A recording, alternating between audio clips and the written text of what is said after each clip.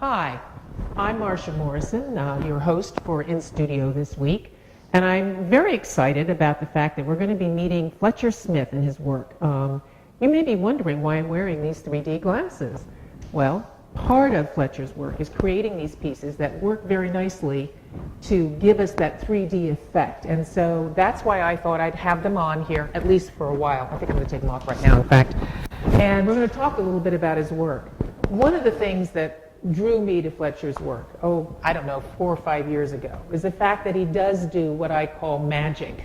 And I've been bugging him to tell me exactly how he does it. But of course, those are the tricks of the trade, as we say. And Fletcher's work does remind me of when I was a kid and I had 3D glasses and I used to go and watch things. But there's also much more to it. But anyway, without further ado, right now we're here in the ECA Plus Gallery, which is in Old Town Hall in East Hampton. I'm wearing a pink t-shirt that says Girls, Girls, Girls, because that is the name of the exhibit that Fletcher has right now. It's going to be closing on February 25th, so I'm not sure if you guys will be able to see it, but you should have. It's wonderful. And there are lots of other places to see Fletcher's work. So Fletcher, take it away. Tell us a little bit about what it is you do, and some of the work behind us. Is that right? I make paintings. I use subject matter that I think pretty much everyone can relate to: the human face, and sometimes earth, air, fire, and water, just elemental things. Body of work for the past, let's say, 10 or more years have been influenced by just faces. But lately I've been focusing on faces of women in dating sites, and their particular way of presenting themselves. Mm-hmm. I asked permission at one time, then after a while I decided, nah. So really? Yeah. I see. It was too much of a conversation. Okay. And from there, I try to use techniques to, again, most people walk by anything visual. Most people walk by anything that has text or anything. Mm-hmm. Their attention span is just nothing. So you do have to do a little bit of a twist to it. You have to give them something to look at, to work at. So I chose anamorphic images. I would choose, an anamorphic device. Okay, well, you got to define anamorphic, well, okay? Anamorphism goes back to China. It's, in some cases, code. But I choose to use, let's say, a more refined work of a cone, mm-hmm. and where you become the vanishing point. So all the information is splayed out on the sides. Cone is placed in the middle. Information is gathered, and you only see it at one point. But that point can continue back for a long ways, depending on your vision. I've done shows with that, and I've also introduced a way of using, another way of thing is, there's a process of making an image that requires only 4 colors. I've used that, but I've made it a little bit my own by using lines instead of, let's say, dots or smears or smudges. And it's a hard edge. But you put a lot of hard edge things together, you can make a soft edge. Everything is malleable. So I use that as well as a 3D to make things that just seem a little, some people say holographic, or some people would think, but it's really just straight painting. And it's layer upon layer of only 4 colors. And I try to use that efficient way of making an image. These images are now seen in like a 20 to 24 inch format, but I can scale them to, like I'm going to do next, 4, 5, 6, 7, 8 feet. I'm glad you mentioned that cone anamorphic idea, because I think that was one of the first things I saw that you did that I was really very impressed with. And I kind of nicknamed you Magic Man after that, because it was just so exciting to me. Some of you who might have been at the Art in the Orchard this year saw Fletcher's work out there in the orchard, hanging in a tree, I think, right? Yeah. And it was, again, that idea of the cone and that anamorphic concept. And that was very exciting also. We'll show you some of those pictures or anamorphic devices later. But right now, let's talk a little bit more about some other kinds of things that you do. And I don't know what you call this. This is something that I bought when you had it here earlier in this very gallery for small works. And it's basically somebody doing a very interesting back bend so that it almost is one whole loop in a body. But you take these lines and like people take dots and there's lines and they create this image when they're all put together, but they disappear if you look at it from different points of view. Well, this one's pretty much straightforward. It's an acrobat. I like the, again, it's a image of self-display. Mm-hmm. Everyone wants to, and you look at an acrobat longer than you would look at anything else. You know, it's the strangeness, the oddity of it. Also, there was something about those lines. They're all symmetrical, left and right, or by, you can cut it down. And so that image can be stretched and manipulated again and still maintain a lot of its quality. So I can make it this way, stretch it that way, pretty much. Now, that contortionist, I've done a few of those, but that one is pretty straightforward, and it relates to pretty much all the same things because it's not that, let's say, mannerist. It's not pulled out or elongated or tortured. It's pretty well, from where I'm saying, it looks like what it is.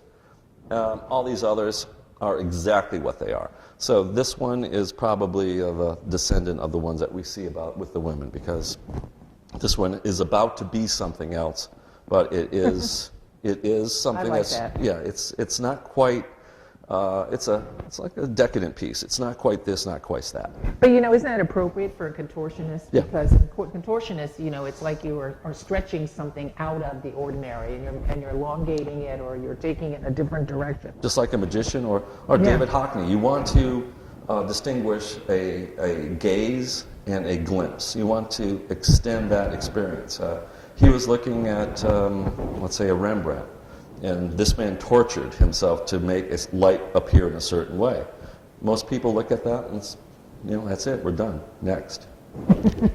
Okay. Yeah. So I'm doing this to sustain the experience of looking, but also to have a little bit of fun too. I have to look at these longer than you guys do. That's true. And Fletcher, I think you just said something that really is what attracts me to your work, and it's that idea of having fun.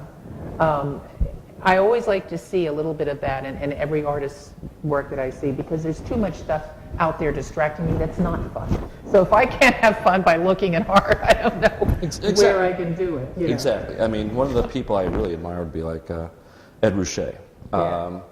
He created, or had someone else create for him, this epic painting. I saw it on Green Street. I think it was in Gagosian. I'm not quite sure the gallery. A long time ago. And I saw it in earlier earlier iterations. It was done before, but it was this great epic painting. Heroes run in my family against this great, wonderful sea vessel. And I'm just like, great. You have heroes are cowards in your family, kind of thing. So it was just that wonderful. It just made gave me a nice little smile. Huh. It was funny because this wonderful work behind us, I mean, do we call this a painting? I mean, what do we call this when you're not using oil? It's acrylic on canvas. I mean, acrylic on panel. I do it on canvas, yeah. This is acrylic? Yeah. Because you didn't say what it was made out of. And so, well, somebody knows. Somebody I told somebody else. All right, so it's acrylic. Acrylic on panel and on MDF. Oh, it's in the price book. There it is. Just kidding. Okay. Don't do this to me, Fletcher.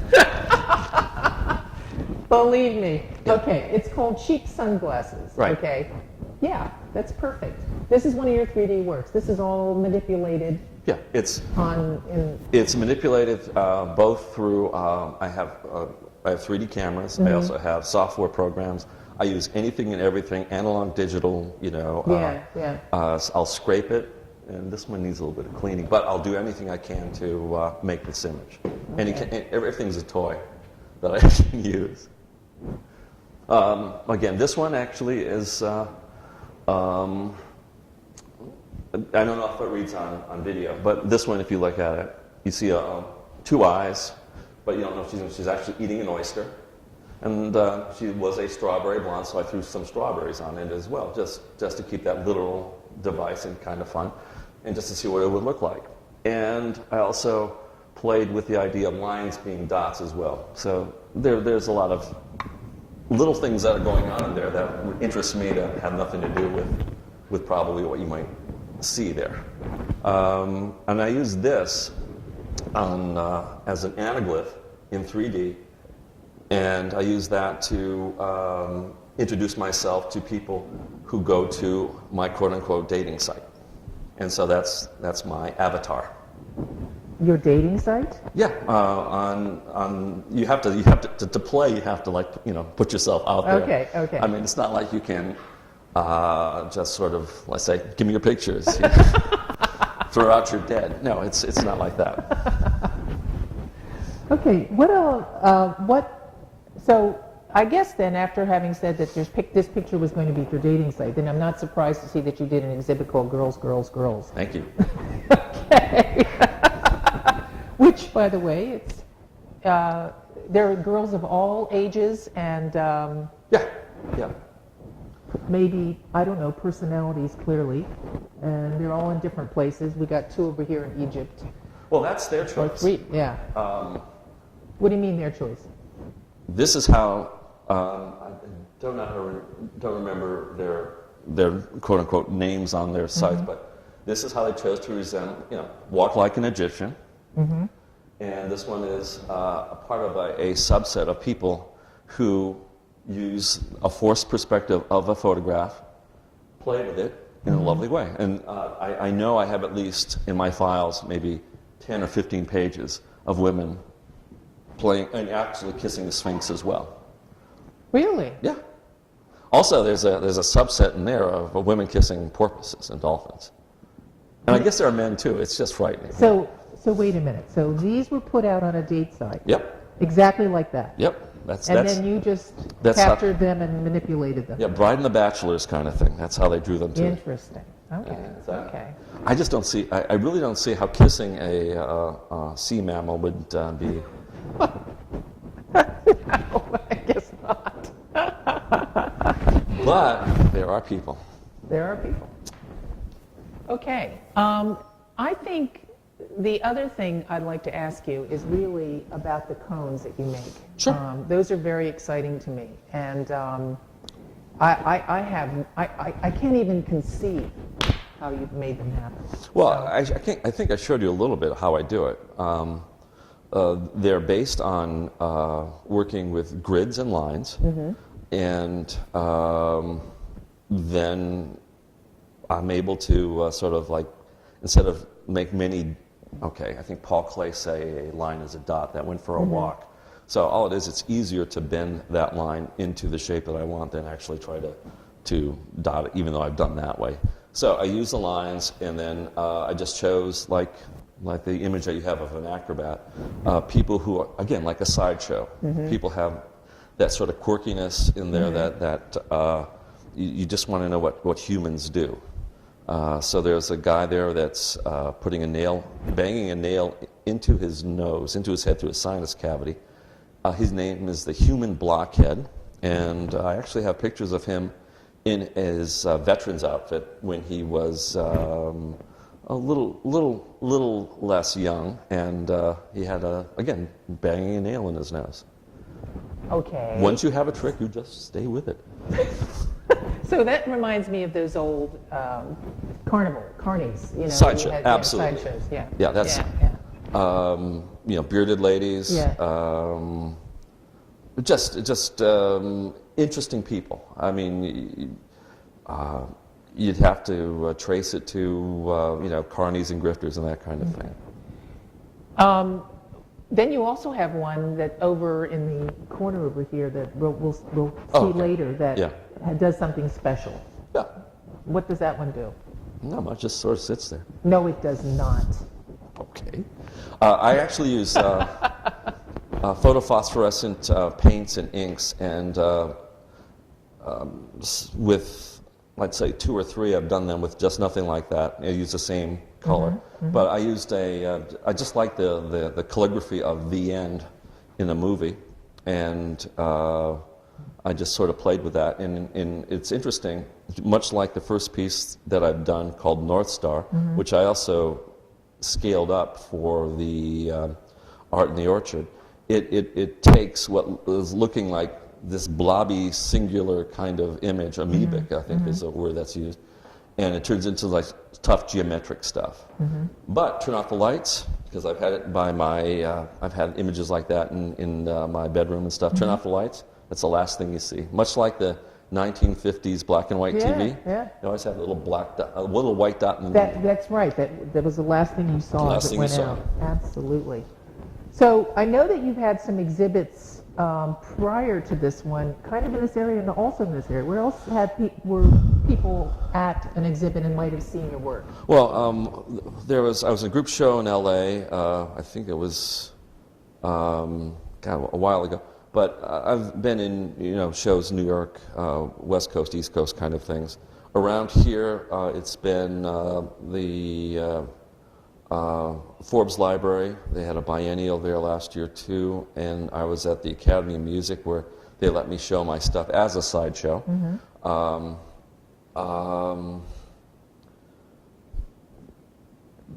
You said you were Murfreesboro, Oh Tennessee? yes. Oh, sorry. Yes, No, you Murfreesboro did. and Monmouth, New Jersey. Right. I mean, great tourist spots. Go there. Plan your vacations around them. I think Elvis was in Murfreesboro at least twice. Oh, okay. Okay. And they're very kind to me, and they let me show my stuff in their small work show, 12 by 12 by 12. Okay. And the one in Murfreesboro was no, the one in Monmouth at the Monmouth Museum was had to do with vision. So Okay. so these sort of like filled what they were looking Yeah. for. Yeah. I have a nice bunch of collectors and people who sort of support a lot of the stuff that I do, and That's nice. yeah.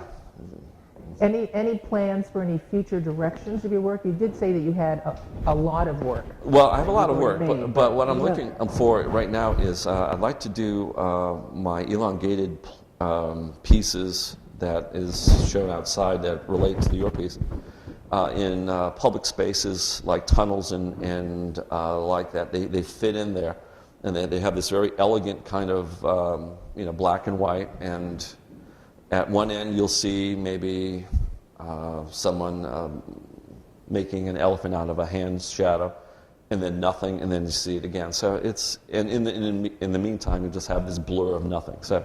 And it's very hard to describe it. I think it's best to take a look at Yeah. it. So we're going to get some shots of Yeah, it they're- because it really is tough to describe.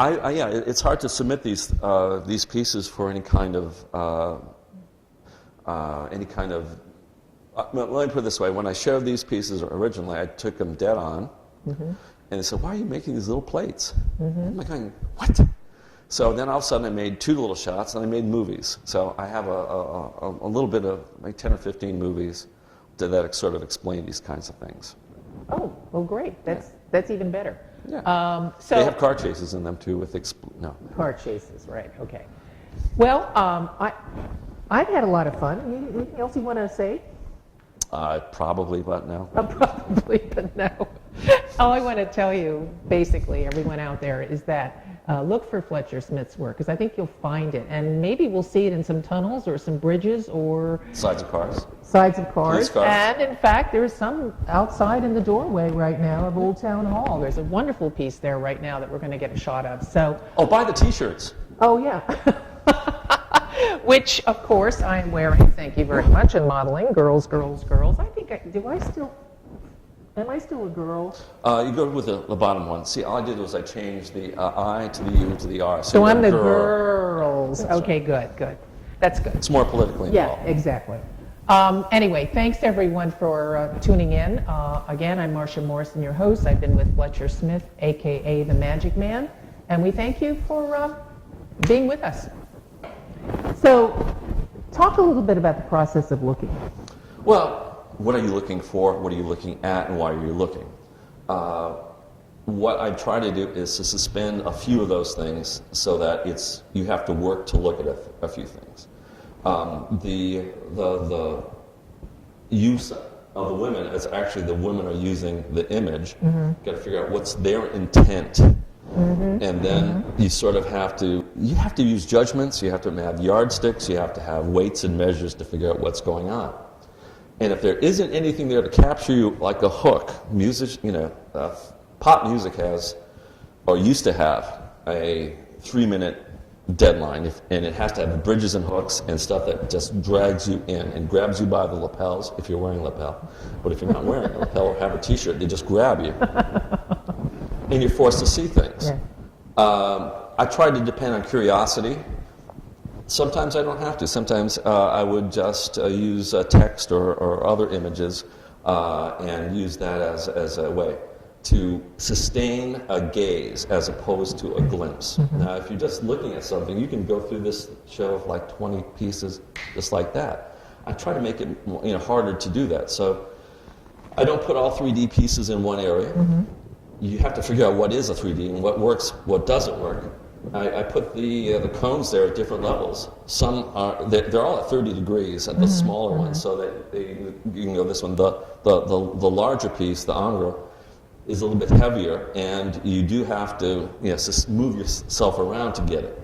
You can be frustrated, but if you see things that are kind of cool or satisfied, the women, for example, portray themselves in a lot of different ways. I don't think I've taken any pictures that I use myself. Maybe one. I don't know what's on the other. I can't remember what's on the other side. But so everything here is what everyone else has put out to display. It's like they put on their best clothes, kind of Right. thing, or their best look, or what they feel their best look. For example, there's a woman over there who is just lovely girl, and she has a nail in her nose. I have another picture of a man with a nail in his nose, a sideshow Yeah. thing. There's all kinds of linkage here and things that you could find if you choose to do so. If you choose to do so, which is Also, by being smaller pieces, maybe if I make them larger and imposing, and again, because there's more space, there's more stuff to do stuff with, you'll have other things to look at, little minutia, little things. But most things are pretty head on. They face you, at eye level. thank you. You're welcome.